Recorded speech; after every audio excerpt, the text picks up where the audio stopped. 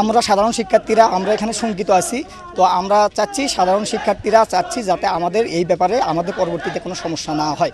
শেষ পর্যন্ত আবু সাঈদের এই শঙ্কাই সত্যি হলো। কোটা সংস্কার আন্দোলনের সময় এটিই ছিল আবু সাঈদের শেষ বক্তব্য। দেওয়ার কারণে এই পরিস্থিতি হয়েছিল, সুতরাং আমরা আশঙ্কা প্রকাশ করতেছি।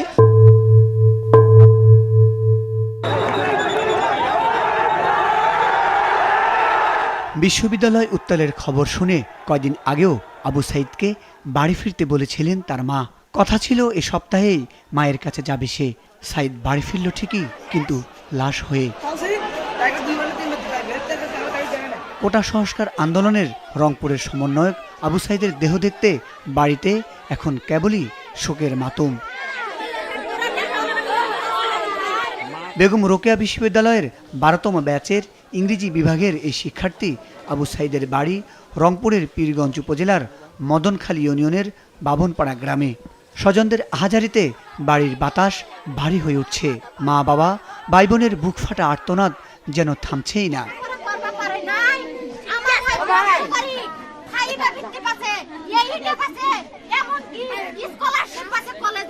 গতকাল বিকালে আবু সাঈদ নিহতের খবর সংবাদ মাধ্যমে স্বজনরা জানতে পারেন। এরপর থেকেই স্বজনরা কান্নায় ভেঙে পড়েন। শোকের ছায়া ছড়িয়ে পড়ে পুরো গ্রামসহ পীরগঞ্জ উপজেলায়। বাবা মকবুল হোসেন ও মা মনোয়ারা বেগম ছেলের মৃত্যুতে পাথর হয়ে গেছেন। মা বাবা দুজনই বারবার মূর্ছা যাচ্ছেন।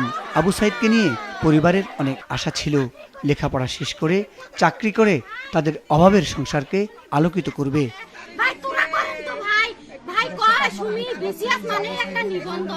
সাঈদের বাবা দিনমজুর হওয়ায় অভাব তাদের নিত্যসঙ্গী ছিল। অর্থের অভাবে লেখাপড়া একেবারেই দুঃসাধ্য হয়ে পড়েছিল। টিউশনি করে টাকা জোগাড় করে লেখাপড়া চালিয়ে আসছিল সাঈদ। উচিত বিচার চাই আমরা। বাবা জানান, অভাবের কারণে তার 9 ছেলে মেয়ের লেখাপড়া করাতে না পারলেও সাঈদ ছিল খুবই মেধাবী। স্থানীয় খালাসপীর উচ্চ বিদ্যালয় থেকে জিপিএ 5 পেয়ে এসএসসি পাশ করার পর রংপুর সরকারি কলেজ থেকে এইচএসসিতেও জিপিএ 5 পেয়ে পাশ করেন। রোকেয়া বিশ্ববিদ্যালয়ে ভর্তি পরীক্ষায় ভালো ফলাফল করে তার পছন্দের ইংরেজি বিষয়ে ভর্তি হন। 12তম ব্যাচের ইংরেজি বিভাগের অত্যন্ত মেধাবী শিক্ষার্থী ছিল সাঈদ। কোটা সংস্কার আন্দোলন শুরু হওয়ার প্রথম থেকে আবু সাঈদ ছিলেন সামনের কাতারের যোদ্ধা।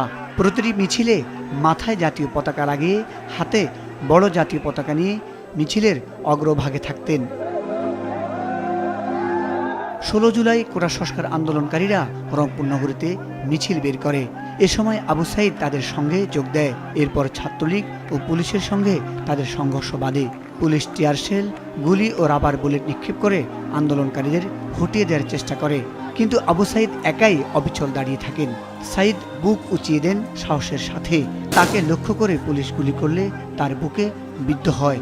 কিছুক্ষণের মধ্যেই মাটিতে লুটিয়ে পড়েন সাঈদ। তাৎক্ষণিকভাবে রংপুর মেডিকেল কলেজ হাসপাতালে নিয়ে আসা হলে কর্তব্যরত চিকিৎসক তাকে মৃত ঘোষণা করেন। মাছরাঙ্গা নিউজ ডেস্ক।